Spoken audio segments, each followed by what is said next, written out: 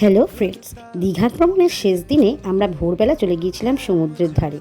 সেখান থেকে ফিরে সোজা গরম গরম কচুরি ঘুগনি দিয়ে ব্রেকফাস্ট সেরেই ঝাঁপ দিলাম সোজা সুইমিং পুলে।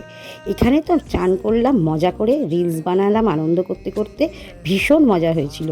তারপর সাঁতার কাটতে কাটতে এত খিদে পেয়েছে, সোজা চলে গেলাম খাবার জায়গায়, যেখানে মাংস, ডাল, আলুর তরকারি, আলু ভাজা, বিভিন্ন পদ দিয়ে সেরে নিলাম দুপুরের লাঞ্চটা।